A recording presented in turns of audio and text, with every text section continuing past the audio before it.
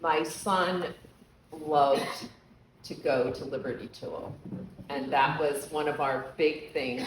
He was about 9 years old, and a good day for us was going to spend $3 on 3 jars at Liberty Tool. And he would sit on the workbench and do things together, and then I started to have boxes of different things. And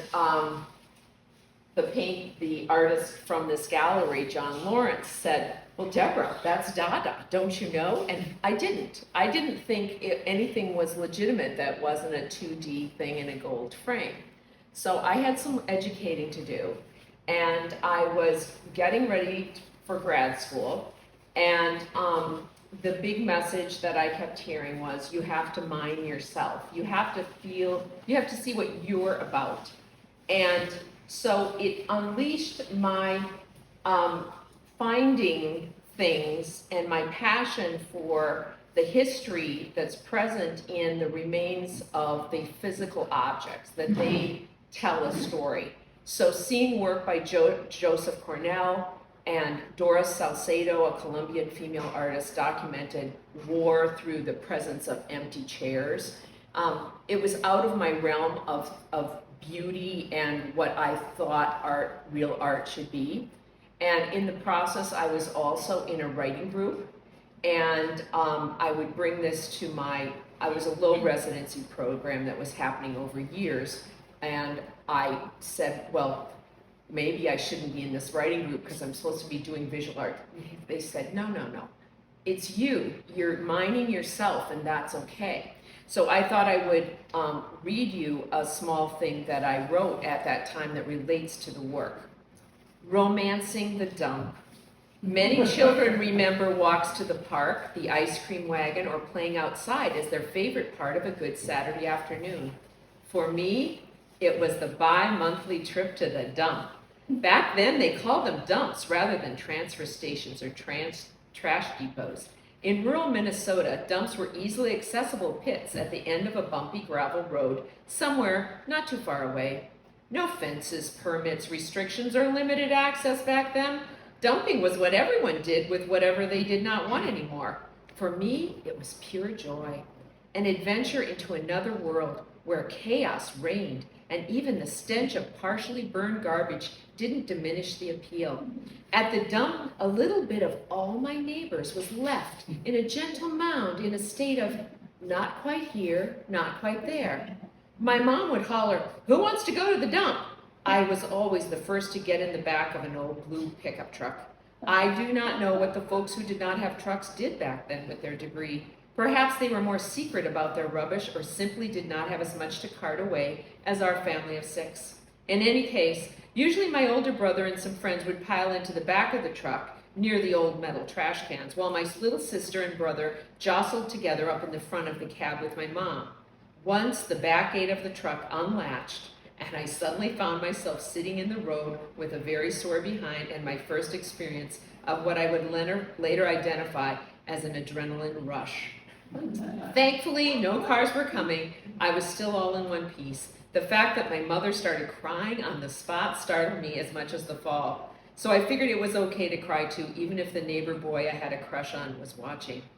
The silhouette of the town dump was rather like a city unto itself, with an array of litter that generally included spikes of old bed frames, sashes of broken windows, ends of split pallets, farm equipment, tailpipes, upended crates, rusty wheels, battered car doors, naked refrigerators, and ovens with oven doors propped open like wide, dark mouths. Broken bottles, cans, glass, bed springs, scrap wood, bushel baskets, dismembered toasters, drapery rods, and bits of mirror were interspersed among the large shapes like so much confetti after a Mardi Gras parade. Soon it wasn't just enough to explore the refuse. I wanted to collect things. After I learned to always wear the right shoes to go to the dump, I learned to grab a bucket from the garbage to use as a sort of purse. Buckets usually get dirty anyway, so it didn't really look like I was going to do any damage. Blue glass from Noxzema jars and bottles was the first thing I just had to have. Even after the burn, the vibrant blue glass was clearly visible and unscathed by fire. It was like searching for gold in a stream bed, only with a much greater success rate. I displayed the intact jars in a row on a shelf in the piano room. One year I used the glass shards with grout on baby food jars to make candle holders for everyone on my Christmas list. They were really delighted and looked fantastic when lit. Who could put down a kid who makes things out of gleaning from the dump and got to complete a 4-H home improvement project in one swoop? I had clearly found my muse. Later in my dump career, I began collecting such things as keys, locks, metal chains, drapery hoops, spiral mattress rings, and old discarded silverware. These became mobiles that twirled when suspended and had something of a Calderesque character. Pretty soon I had to enlist the aid of my sister to help me scavenge more efficiently, as I was interested in taking apart radios and removing the backs of phonographs to get the insides out. It wasn't easy to do this quickly without my mom seeing what I was really up to. At the insistence of my father, she had taken me aside to tell me there were some things young women just don't do. But I was not interested in suppressing my urge. At some point, the dump closed. Everyone had to use the more modern and severely monitored facility in the next town over. I went off to college and became an art major. My roommates nicknamed our space Sanford and Son because of the rusted metal pieces I collected under our bunk beds to use in my projects. Some of them still hang on my parents' walls. Now I am older with 2 children and have more responsibility. I have accepted the fact that I am the one designated to take out the trash. My artwork has run the gamut from fibers to printmaking, painting, collage. I now actually teach people how to combine images, textures, objects, and text in a manner. I recently learned that Louise Nevelson, a nationally famous Maine sculptor, was the daughter of a Russian immigrant father who ran the Rockland Town dump. Who knows if she may have resonated the same way around cast-offs. So I said something, I still look for things to take home in a duffel bag, and a good day is visiting flea markets.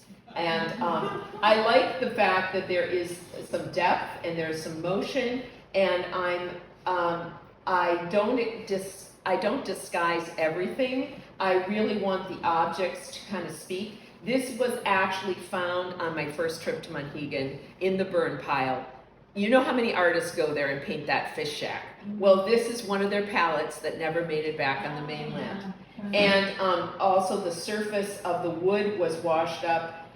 This is the bag, and then having things hanging was something I wanted to kind of break out of the square. This is an actual shard. And then there's historical books that I have that I like.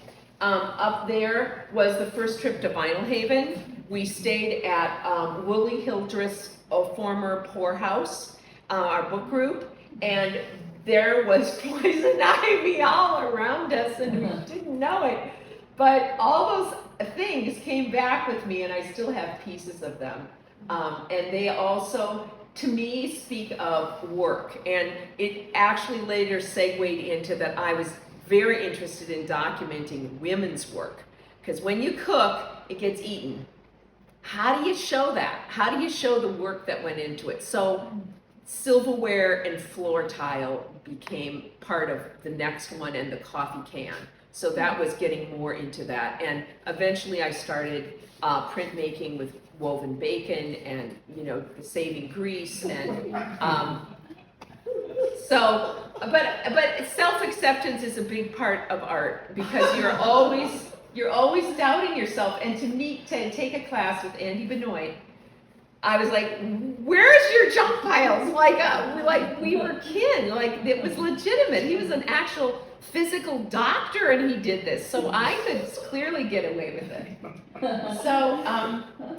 So I thank John Lawrence for saying that if it's true to you, it could be true to someone else, and you've got to let the judgment go by the side. So the only thing is, I really do wish I had been more in shop class instead of making muffins, because I thought I knew I thought I knew there was a ball peen hammer, but now I know the construction, then I know how to do. So that's where. So I think I talked long enough. Yes.